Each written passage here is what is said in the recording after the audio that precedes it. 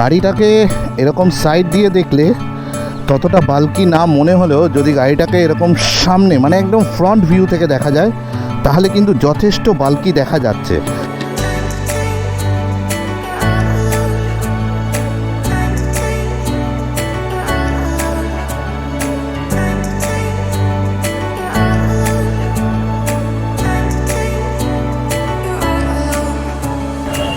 Hello বন্ধুরা, কেমন আছো সবাই? আশা করি সবাই ভালোই আছো। দাঁড়িয়ে আছি NS 400, যেটার টেস্ট ড্রাইভ আজকে নেব। আর শ্রীরামপুর অটো বাজার যে আমাকে এই গাড়িটা আপাতত টেস্ট ড্রাইভ দেওয়ার জন্য প্রোভাইড করছে। তো চলো গোপ্রো মোডে কথা বলি গাড়িটা চালাতে চালাতে, তারপরে পুরো রিভিউটা তারপরে দেব। বাজাজের NS 400 গাড়িটা দারুণ করেছে, দারুণ।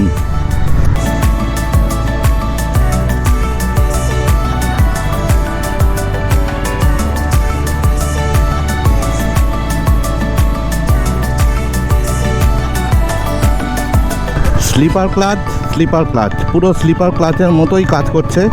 আমি এখন গাড়িটাকে থার্ড গিয়ারে চালাচ্ছি। আমি যদি এটাকে এক্ষুনি সেকেন্ড গিয়ারে নিয়ে ছেড়ে দিই, দারুণ কাজ করলো।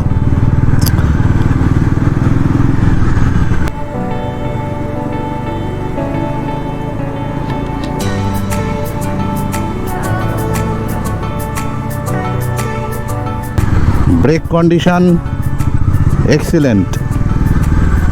শুধু যদি পিছনের ব্রেক মারা হয় তাহলে অতটা ভালো কাজ না করলেও সামনের ব্রেক এবং পিছনের ব্রেক একসাথে মারলে কিন্তু দারুণ কাজ করছে।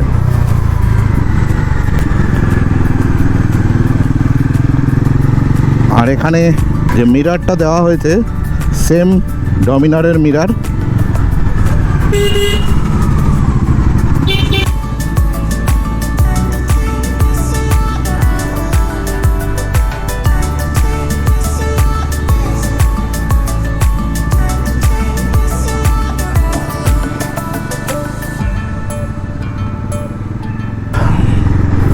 গাড়ি চালাতে চালাতে নিয়ে চলে এসেছি একদম কলেজ ঘাটে নিয়ে আসার পিছনে কারণ একটাই, এখানেই তোমাদেরকে রিভিউটা দেব, গাড়ির ফুল ডিটেলস তোমাদের বলবো। আর গাড়ির এই মুহূর্তে অন রোড প্রাইস কত সেটাও তোমাদেরকে জানাবো।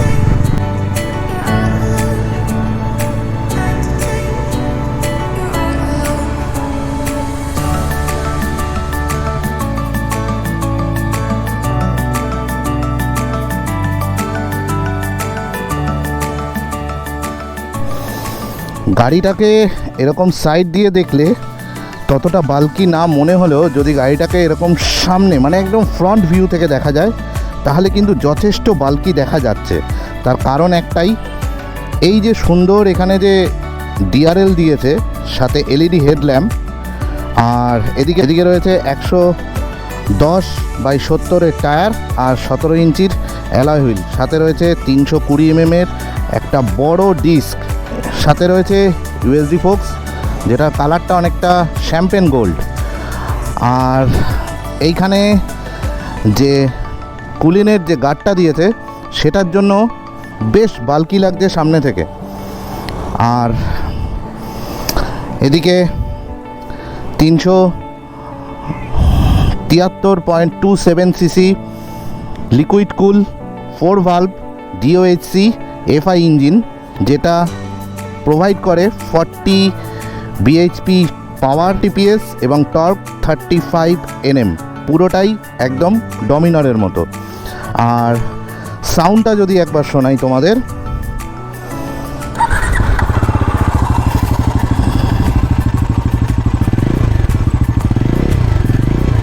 সাউন্ডটার মধ্যে একটা বেস থাকলেও এটা যদি ডুয়েল ব্যারেল হতো মানে ডমিনারের মতো তাহলে অনেকটা বেটার হতো, অনেকটা। পিছনে রয়েছে 140-এর টায়ার 17 ইঞ্চি অ্যালয় হুইলের সাথে রয়েছে 230 mm-এর ডিস্ক। এদিকে দিয়েছে একটা গার্ড যেটা দিয়ে কোনো কাদা না ছিটে তার জন্য। আর ফার্স্ট NS-এর যে লুকস সেই লুকসের সাথে রয়েছে এলইডি ইন্ডিকেটার ল্যাম্প, আর হ্যাজার্ড কিন্তু ইনবিল্ট রয়েছে এর মধ্যেই। এদিকে রয়েছে সারি গার্ড যেরকম থাকে, NS400-এর ব্যাজিং, এদিকে গ্র্যাব রেল, আর এই হলো ওভারভিউ। আর এর যে চ্যাচিসটা রয়েছে, মানে এর যে ফ্রেম, পেরিমিটার ফ্রেম, যেটা প্রতিটা NS-এই দেখা যায় এবং ডমিনারেও দেখা যায় এই মুহূর্তে। আর মিটার কনসোলের দিকে যদি যাই, মিটারটা কিন্তু সত্যি দারুণ করেছে। আর এদিকে রয়েছে পাসিং সুইচ, এখানে নিয়েছে pipe handlebar, clip on bar এটাতে নেই। আর মিটারটা আছে TFT ডিসপ্লে, যে ডিসপ্লেটা কন্ট্রোল হয় এখানে একটা সেট সুইচ আছে, সেই সুইচের মাধ্যমে। এখানে যদি দেখা যায় যে ট্রিপ 1, ট্রিপ B, ট্রিপ 4 সব এখান থেকে কন্ট্রোল হচ্ছে। আর এখানে রয়েছে, গাড়িটা স্টার্ট করলে দেখা যাবে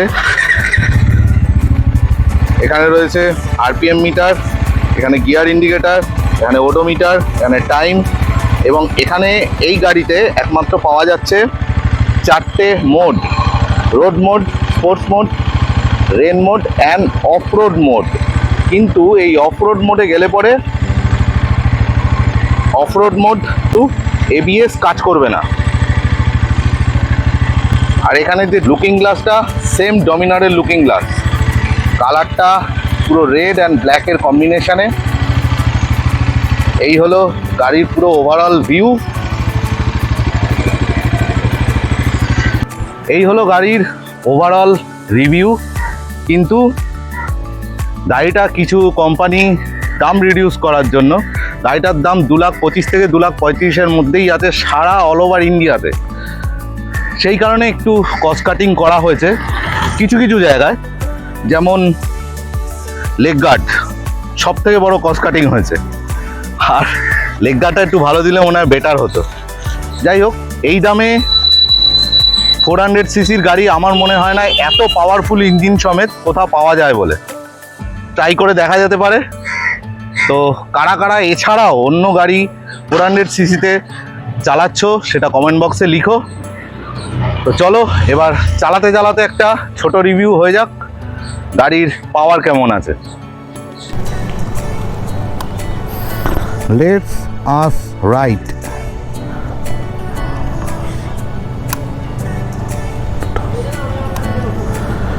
ডিসপ্লেটা কিন্তু খুব সুন্দর শো করছে।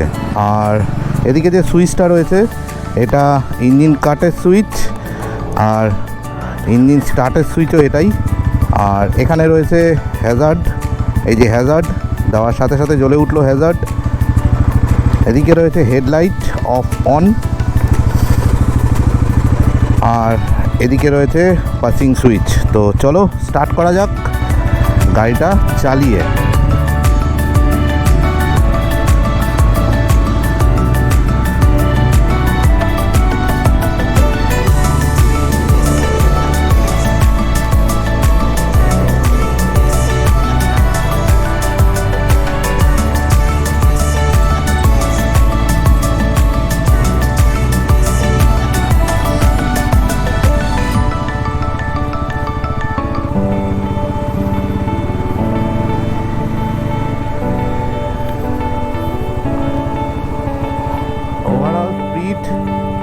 দারুণ দারুণ।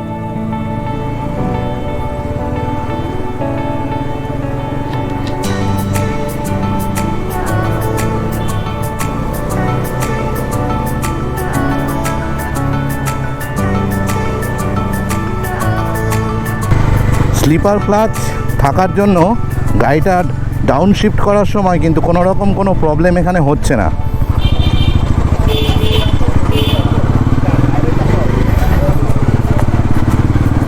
আমি ঠিক হন্ডার গাড়িতে দেখেছিলাম স্লিপার ক্লাচে এত সুন্দর কাজ করে, ডমিনারও কিন্তু এত সুন্দর কাজ করে না স্লিপার ক্লাচে।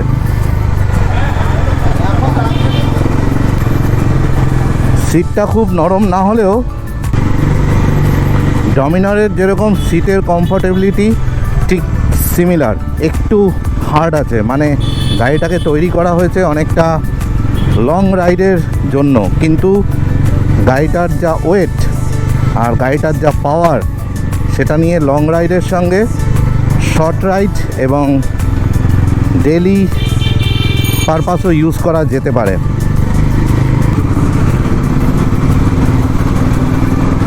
আর এখানে যেহেতু ফুয়েল কম আছে তাই রিফুয়েলের সিম্বল এখানে শো করছে। যদিও আমি হাই রোডে গাড়িটা চালাইনি, তাই টপ এন্ড পাওয়ার কত সেটা অবশ্যই আমি জানি না, তাই তোমাদের সঙ্গে শেয়ারও করছি না। কিন্তু গাড়িটা ওভারঅল চালিয়ে যা বুঝছি, গাড়িটা বেশ পাওয়ারফুল বাইক, বেশ পাওয়ারফুল। 400 সিসির ইঞ্জিনে আমার মনে হয় না এই অ্যামাউন্টের মধ্যে আর কোনো বাইক আছে বলে, এত পাওয়ারফুল ইঞ্জিন দেওয়া। কিন্তু কস্ট কাটিংয়ের জন্য বেশ কিছু জায়গায় কোম্পানি একটু ভালো করে দেখলে মনে হয় ভালো হতো, যেমন এর স্ট্যান্ড এবং লেগ গার্ড মেনলি, যেটার কন্ডিশন, যেটার পরিস্থিতি খুব খারাপ।